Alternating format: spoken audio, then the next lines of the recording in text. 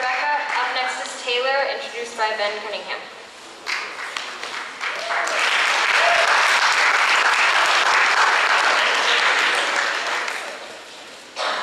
Most of you probably know Taylor as the kid who introduced the way more awesome guy, me.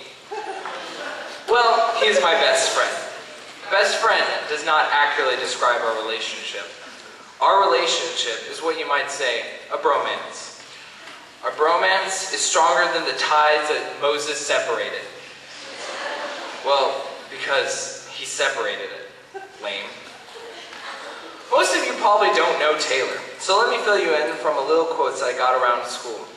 When I asked his beloved sister what she thought about her older brother, she said, "Can you tell him to stop hitting on my friends? It's creepy." Oh, what a classy gentleman Taylor has grown to be.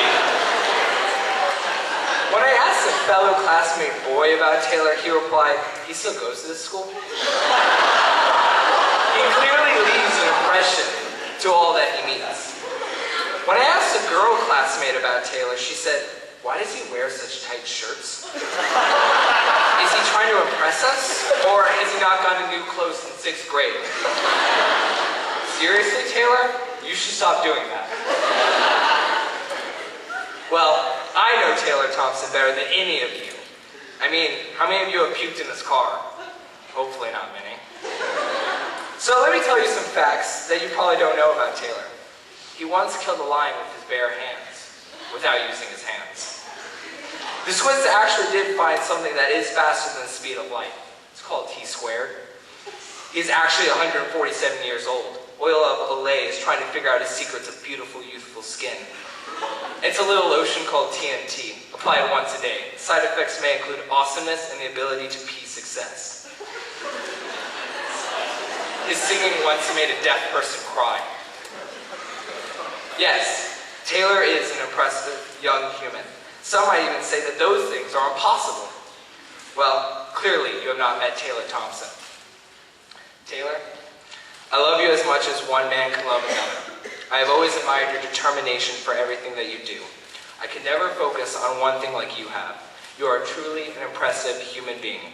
You are the Peter to my Griffin, the Robin to my Batman, the Tommy to my boy, and the Willy Wonka to my Charlie. I love you, man. Don't mess this up.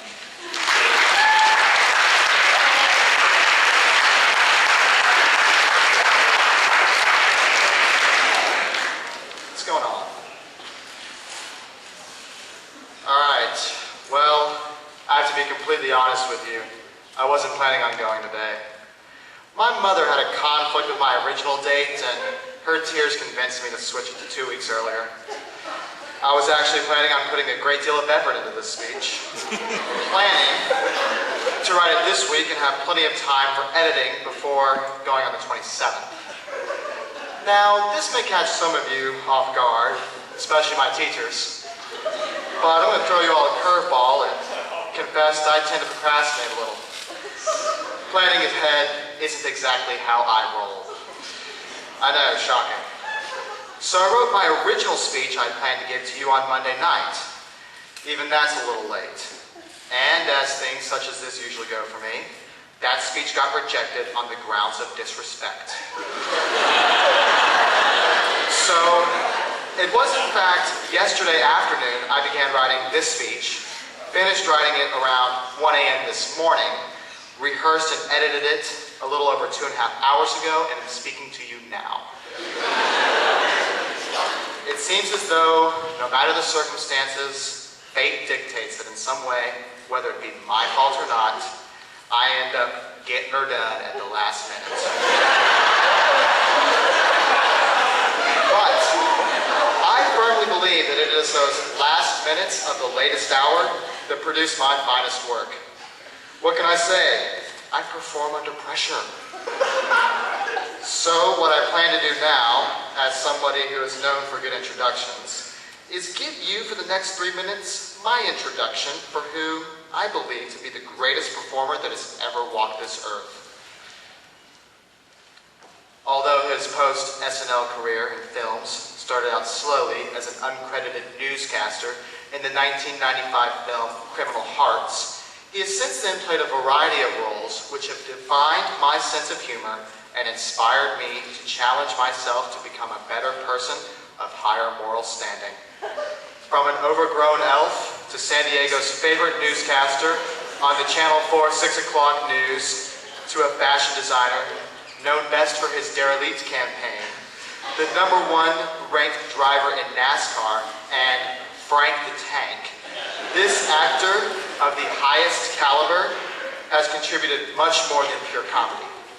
He showed us the proper way to throw a Catalina wine mixer, graced us with vocals that truly did rival that Jesus Fergie duo, taught us the true meaning of Christmas, gave us the real translation of San Diego, as well as Shake and Bake.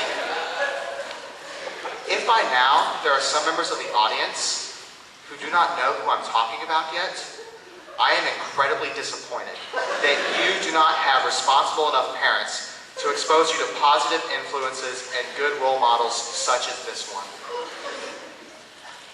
This person, who has in fact reached the epitome of man, is none other than John William Ferrell. No, he's not here right now. Couldn't swing that. However, just so I could say I tried, I did call his agent Jimmy Miller. When I called, a young lady with a very fake-sounding British accent told me I couldn't even speak with Mr. Miller's secretary. I think the fact that they even let me speak to the operator is an honor. It's Will Ferrell. He's on that same level as the president and Donald Trump.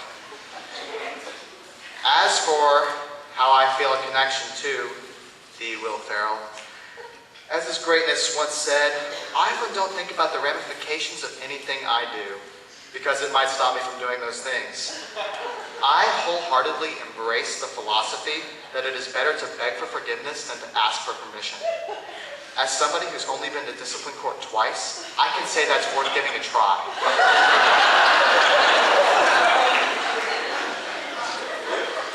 During high school, Will Ferrell didn't act, but was a commended scholar and an athlete. I also happen to be an athlete. We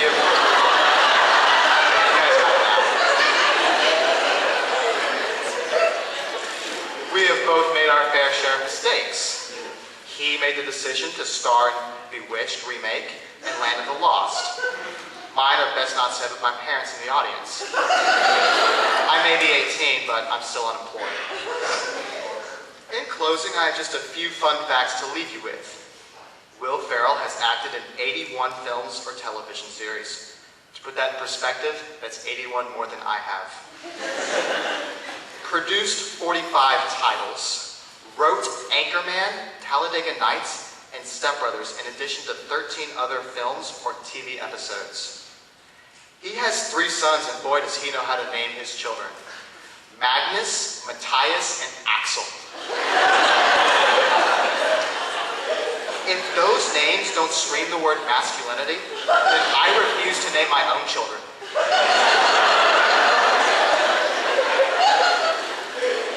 Despite the Entertainment Weekly's blasphemic, atrocious insult, voting him only the 3rd funniest man in America, in 2007, he was still voted the 17th smartest man in Hollywood, beating out the likes of the Olsen twins and Miley Cyrus.